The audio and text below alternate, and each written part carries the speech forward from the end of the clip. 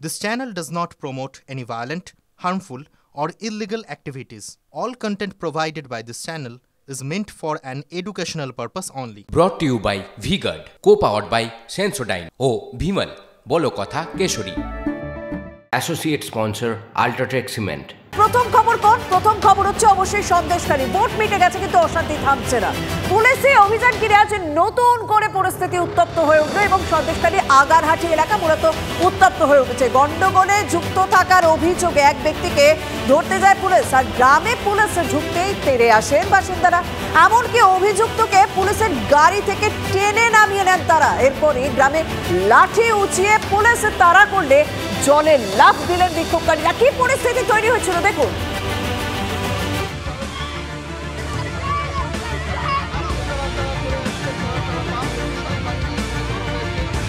Police ঢুকতে রে রে করে উঠল গোটা গ্রাম।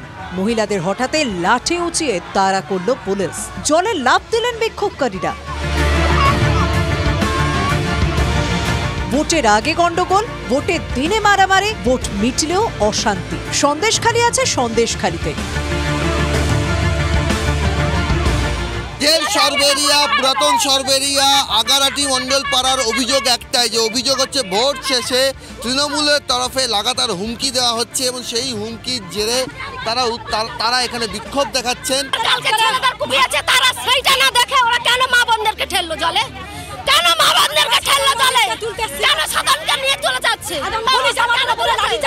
পুলিশ আমাদের উপরে লাঠিচার্জ করছে, ধাক্কা মারছে, ফেলে দিচ্ছে, জল করে ফেলে দিচ্ছে, যা খুশি তাই করছে পুলিশ। শনিবার ভোটের দিন অশান্তির ভর কেন্দ্র ছিল এই সরবেরিয়ার আগারহাটি অঞ্চল, যেখানে শেখ শাহজাহানের বাড়ি। রবিবার পুলিশে অভিযান ঘিরে নতুন করে অগ্নিগর্ভ হয়ে ওঠে আগারহাটির মন্ডলপাড়া।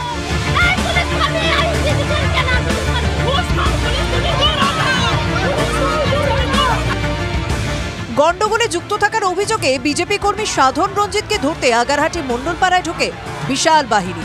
অভিযান আটকাতে পুলিশের গাড়ির সামনে শুয়ে পড়েন বেশ কয়েকজন। এমনকি সাধন রঞ্জিতকে পুলিশের গাড়ি থেকে টেনে নামিয়েও নেন গ্রামবাসীরা। এরপর লাঠি উঁচিয়ে গ্রামের ভিতরে অভিযান চালায় পুলিশ। পাল্টা ইট পাথর ছুঁড়ে জবাব দেন মহিলারা। তাদের অভিযোগ, বেছে বেছে বিজেপি সমর্থকদের গ্রামে কেন্দ্রীয় বাহিনী নিয়ে অভিযান চালাচ্ছে পুলিশ। বাড়ি বাড়ি গিয়ে তৃণমূল হুমকি দিচ্ছে বলে অভিযোগ বিক্ষোভকারীদের। এই মুহূর্তে পুলিশের আরো একটি বিশাল বাহিনী, পুলিশের বাহিনীর মধ্যে পুকুরের মধ্যে ঝাঁপ দিয়ে তারা চলে যাচ্ছেন, তারা পার হচ্ছেন। কোনো ঝামেলা করেছিলাম না, আমরা তো ভাত খাচ্ছিলাম, ভাত খাওয়া ভাত খেতে দিলেন না। আপনারা কেন আমাদের ছেলেকে তুলে আনলেন? এটা তো আমাদের বাড়ি, কেন এখানে এসব পিঠে গেল? আমরা বলেছি আমাদের দেশে একটু শান্তি চাই। পাবলিক মারার থেকে তো পুলিশ মেরা তুলে দিয়ে যাচ্ছে আমাদের বাড়ি ঢুকে। মেয়েদের মারছে, ছেলেদের তুলছে, কেন কিসের জন্য? ভালো মানুষকে কেন নিয়ে যাবে, ছেলেদেরকে কেন ঘরে থাকতে দিচ্ছে না? পুলিশ আমরা চাই না, আমরা এখানে রাজ্যের পুলিশ চাই না। এই পরিস্থিতিতে সন্দেশখালীর 4টি পঞ্চায়েত এলাকায় জারি করা হয় 144 ধারা। সন্দেশখালীতে নতুন করে অশান্তি ঘিরে বেঁধেছে চাপানুতো। ভোটের দিনে সন্দেশখালীতে মারধর, ভাঙচুর, অশান্তিতে উস্কানির অভিযোগে বের মজুর থেকে গ্রেপ্তার করা হয় 9 জনকে। এত বাহিনী, এত পুলিশ, অশান্তি কেন ঠেকানো যাচ্ছে না সন্দেশখালীতে? কমিশনের বিশেষ নজরদারির পরও কেন লাগাম ছাড়া অশান্তি? ভোট মিটলেও আতঙ্কের চোরা স্রোত সন্দেশখালীতে। সৌরভ দত্তের রিপোর্ট, TV9 বাংলা।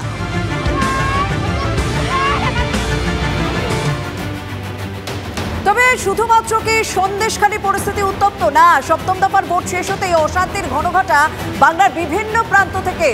দিকে দিকে আক্রান্ত হচ্ছেন বিরোধীরা। দমদমে মেরে মাথা ফাটিয়ে দেওয়া হয়েছে বিজেপির পোলিং এজেন্টকে। অন্যদিকে ট্যাংরায় বাইকে তুলে নিয়ে গিয়ে বিজেপি কর্মীকে মারধরের অভিযোগ ওঠে। এদিকে খাস কলকাতায় বাড়ি ছাড়া একাধিক বিজেপি কর্মী। বাড়ি ভাঙচুর হওয়ায় বেলেঘাটা পার্টি অফিসে আশ্রয় নিলেন শেষ পর্যন্ত কর্মীরা। অন্যদিকে তৃণমূলের পার্টি অফিসের সামনে বোমাবাজি ঘিরে রীতিমতো উত্তপ্ত হয়ে ওঠে নৈহাটি। মেরে মাথা ফাটিয়ে দেওয়া হলো বিজেপির পোলিং এজেন্টকে। বাইকে তুলে নিয়ে গিয়ে বিজেপি কর্মীকে মারধরের অভিযোগ উঠল। কারো বাড়ি ভাঙচুর হলো, প্রাণভয় আশ্রয় নিলেন পার্টি অফিসে।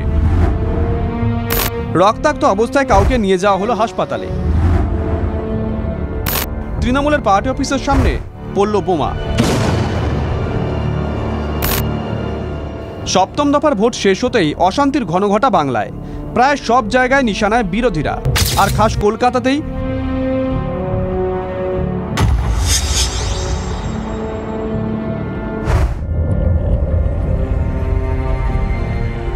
ভোট শেষ হতেই বেলেঘাটা বিজেপি মহিলা বুথ এজেন্টের বাড়ি ভাঙচুর করা হয়।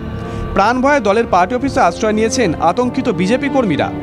গত বিধানসভা ভোটের পর এই বেলেঘাটাতেই খুন হন বিজেপি কর্মী অভিজিৎ সরকার। আতঙ্কের মধ্যেই তারা এই বিজেপির পার্টি অফিসে এসে আশ্রয় নিয়েছেন। এখানেই আপাতত তারা দিন কাটাচ্ছেন। কবে তারা নিজেদের বসত বাড়িতে ফিরে যেতে পারবেন তা নিয়ে কিন্তু একটা অনিশ্চয়তা ইতিমধ্যেই তৈরি হয়েছে। যখন ভোট হয়ে যায়, ভোটে বেরানোর পরে কম করে 200 জন তৃণমূল বাহিনীরা সব ঘিরে ধরেছিল। কোনো রকম সেখান থেকে প্রাণ বাঁচিয়ে এসেছি। আসার পরে এইখানে এসে আশ্রয় নিয়েছি। এরকমভাবে কোনো কর্মী থাকতে প্রত্যেকটা কালে কর্মীকে ধাক্কাধাক্কি, মারপিট, ঘরে গিয়ে হুমকি।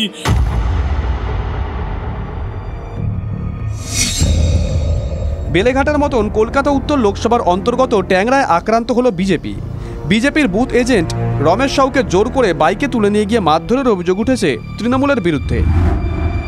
ওরা বাইক নিয়ে আমাকে এসে সব মারলো, মেরে বাইকে তুলেছিল, তুলে বলছে একে নিয়ে চল, মার্ডার করে দেবে।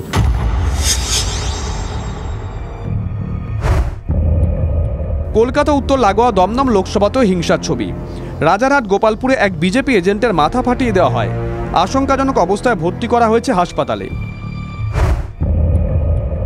টালিগঞ্জ নিশানায় সেই বিজেপি, বন্দুকের বার দিয়ে 2 বিজেপি কর্মীকে মারধরের অভিযোগ ওঠে তৃণমূলের বিরুদ্ধে।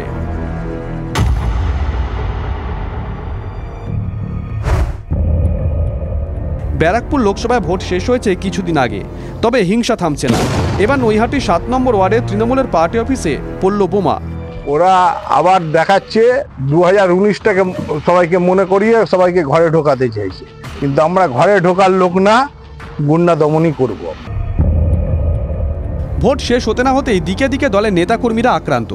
শাসক দলকে কাঠগড়ায় তুলে তীব্র আক্রমণ করেছে বিরোধীরা। আমি কিন্তু পরিষ্কার এই গুন্ডা মস্তানদের বলে দিতে চাই যে বিজেপি ক্ষমতায় আসছে এবং বিজেপি ক্ষমতায় আসার পর বিজেপির কোনো নেতাকে ধরে, বিজেপির পতাকা ধরে, ঝান্ডা ধরে বিজেপিতে আসলে পরেও কিন্তু বাঁচবেন না। উত্তরপ্রদেশ ট্রিটমেন্ট হবে, পুরো এনকাউন্টার হবে। সবই তো তৃণমূল, তারপরেও এত ভয় যে ভোট ঠেকাতে হবে, লুট করতে হবে এবং আক্রমণ করতে হবে, এ কখনো মেনে নেওয়া যায় না। গণতন্ত্র সম্মত পথেই আমাদের রুখতে হবে, অন্য কোনো পথ পরিত্যাজ্য। অভিযোগ উড়িয়ে পাল্টা জবাব দিয়েছে তৃণমূল। কিছু কৃত্রিম গণ্ডগোল তৈরি করে তারা নজর ঘোরাবার চেষ্টা করছেন, নিজেদের ব্যর্থতা ঢাকতে তারা ইস্যু তৈরি করার চেষ্টা করছেন। প্রথম দফা মোটামুটি নির্বিঘ্নে কাটলেও চতুর্থ দফা থেকে শুরু হয় অশান্তি। শেষ দফা এসে যেন হারহিম সন্ত্রাসের সেই চেনা ছবি। Bureau report, TV9 Bangla. Brought to you by V-Guard, co-powered by Sensodyne ও ভিমল বলো কথা কেশরী। Associate sponsor UltraTech cement.